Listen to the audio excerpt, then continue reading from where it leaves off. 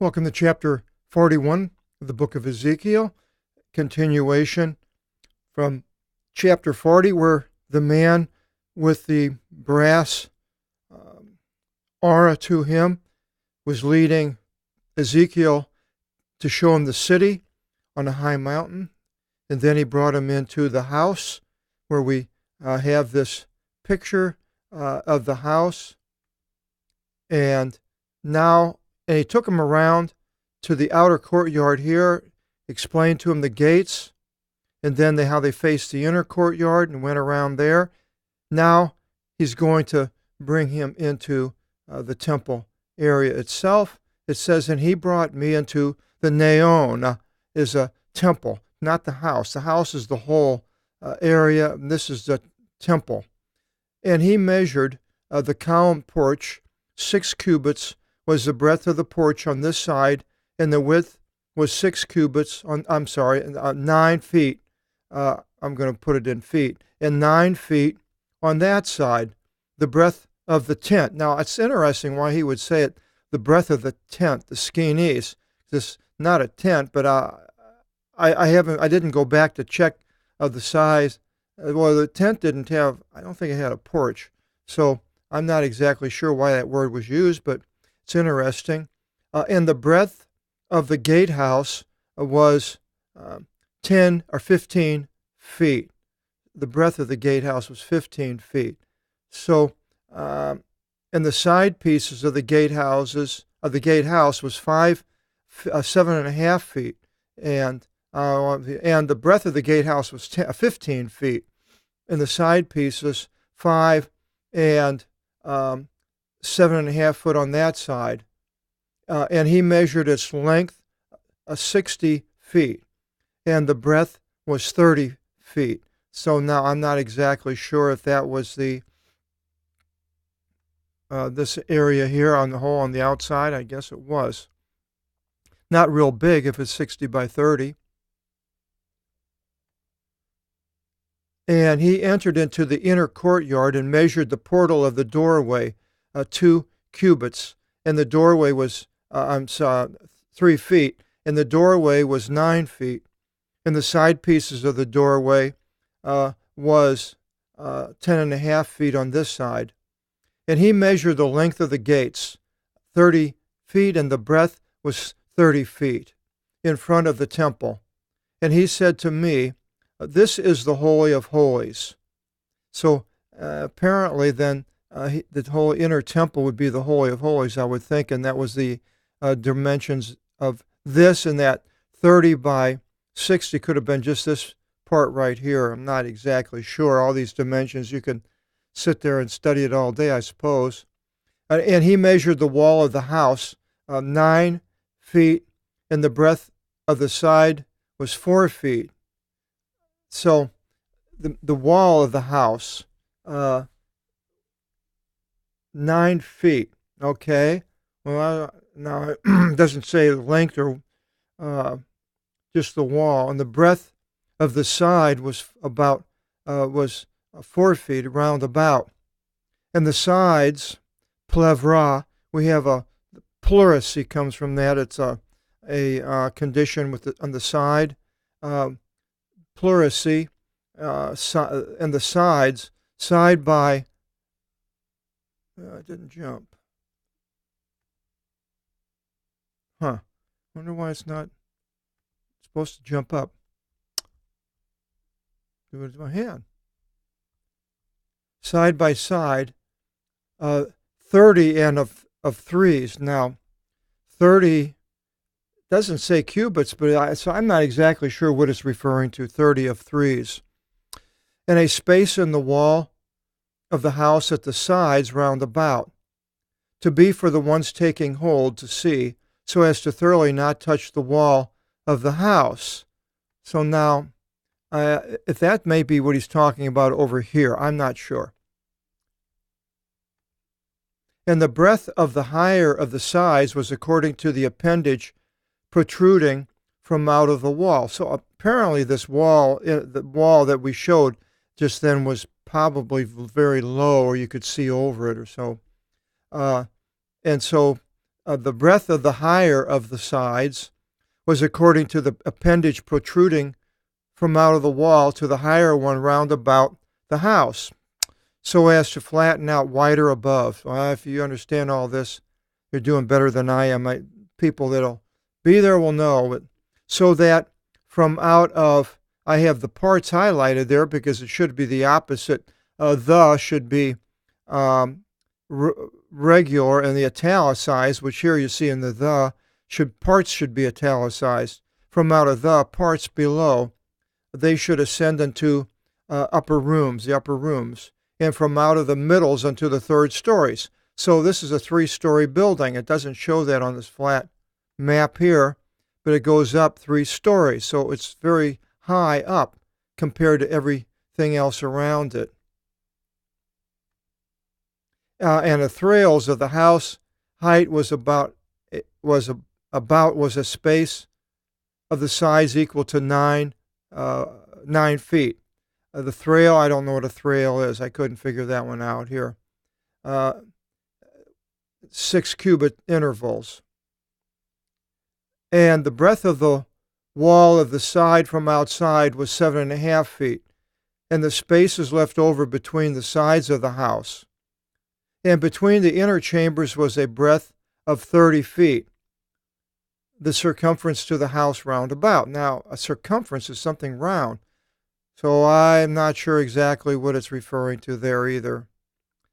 And the doors of the inner chambers were unto the space left over, or an open space, of the one door towards the north and the one door towards the south. So the doors of the inner chamber were on 2. So apparently maybe it's talking about, I'm not sure the doors going to the side here, what that would be, unless it would be this one here. Not doing a very good job on this chapter. I mean, I didn't see the building, and nobody have seen it, and we're giving these words and the dimensions and everything, but what they all exactly are, it's just left up to the imagination. And you can go onto the internet and look up Ezekiel's temple, and you'll just see all kinds of ideas of people that have, from a modern look to a classical look of the high building, and all sorts of interesting pictures that people have diagrammed of what they think it would be.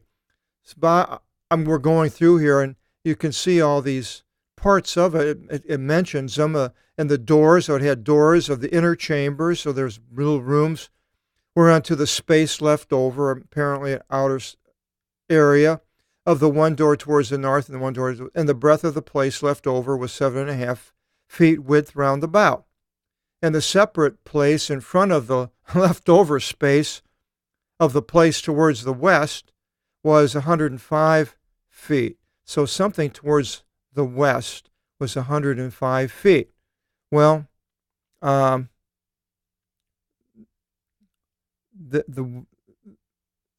east is here, so the west would be over here. So, and maybe it's talking about that area would be, well, he's got 100 cubits, so that would be, look, it would agree here with what he's got. It would be well,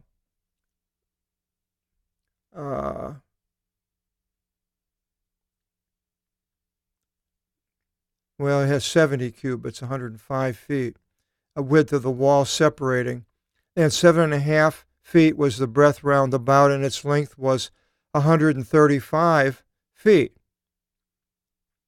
90 cubits. Well, I don't know what that is on that diagram, but and he measured over against the house 150 cubits, and the spaces left over, and the places separating in its walls was 100 cubits in length. So that would have been that area we were looking at, apparently. And the breadth in front of the temple and the spaces left over opposite was 150 cubits. So the space in front, apparently it's talking about this area here, is 100 cubits that he has here. and it's 100 cubits. So that goes along with that picture. And he measured the length of the place separating in front of the spaces left over, the spaces from behind that house, and the spaces left over on this side and on that side, 150 in length. So I think what that's talking about here is 150, so that would be 100 cubits, which would all be these three spaces here, or the ones there, I'm not sure. They're all the same. And the temple and the corners and the column outer porch were decorated with fretwork, which is like a lace, generally made out of brass work or woodwork.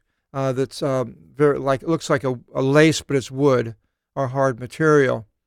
And the doors could be glass, and the doors were latticed, narrow openings round about to the 3 stories, so as to look through.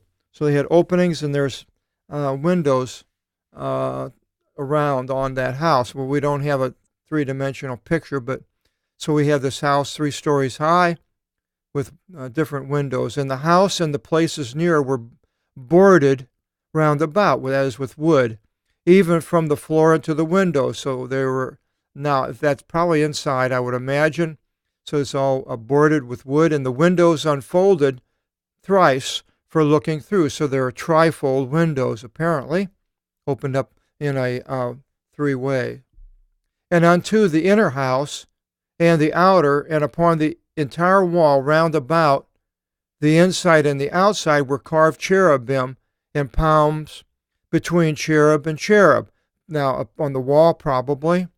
And the cherubs had 2 faces to the cherub, cherub. You can add that to the book. We have cherubim in the plural up here, 5502, but the singular is not in the New Testament, but it is here. In the face of a man, anthropon, towards the palm on this side, and the face of a lion towards the palm on that side. All the house was carved round about. So apparently this is it's carved on the wall, or if it's a separate piece that's inside of there, I'm not exactly sure. But it would be interesting what face of this man, what face there was. I don't know whose face it would be. Jesus? The lion from the tribe of Judah? I don't know. I keep saying I don't know. You probably get tired of hearing it. I'm now trying to change it and say I'm not sure. From out of the floor unto fretwork were cherubim and palms, having been carved on the wall, I suppose. And the holy place and the temple unfolded 4-cornered. In front of the holy place was a vision as the appearance of a wooden altar. 4.5 feet was its height, 3.25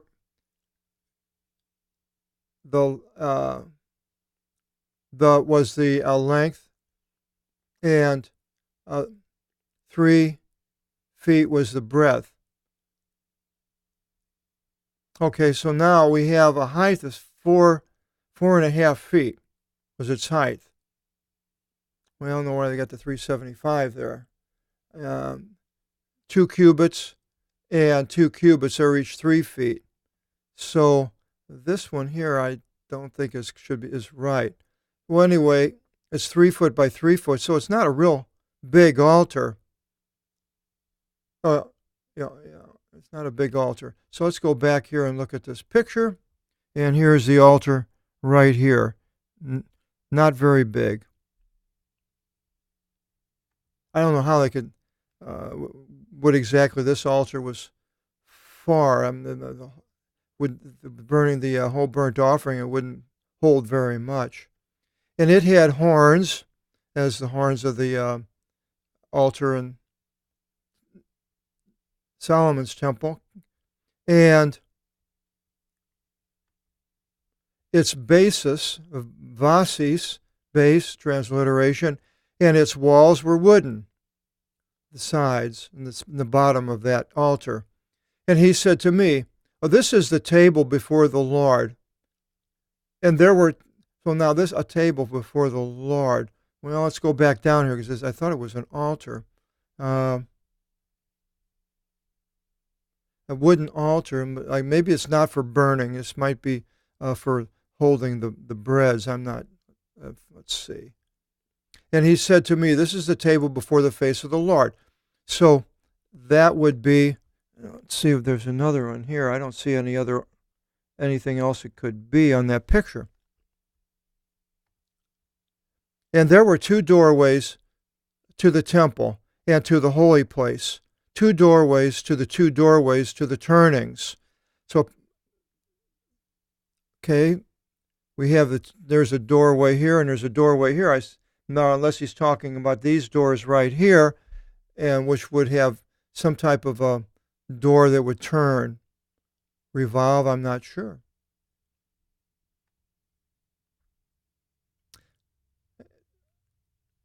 And a carving was upon them, the doors, and upon the doorways of the temple, cherubim and palms according to the carving of the holy places. And there were seasoned timbers, xylophone, in front of the column porch outside. And there were hidden windows, and he measured on this side and on that side unto the roofing of the column porch, and the sides of the house were joined together. So this man now is measuring that. They're very interesting, but hard to explain when you don't really know what you're trying to explain. You can use the words that are there, and that's what I've done. I haven't made up pictures of what I think could or couldn't, what it could look like. Now, chapter 42, we go in to the other parts of this house and into the priest's chambers here and other parts. So, hope you'll join us in chapter 42 as we go through Ezekiel's house and city. God bless.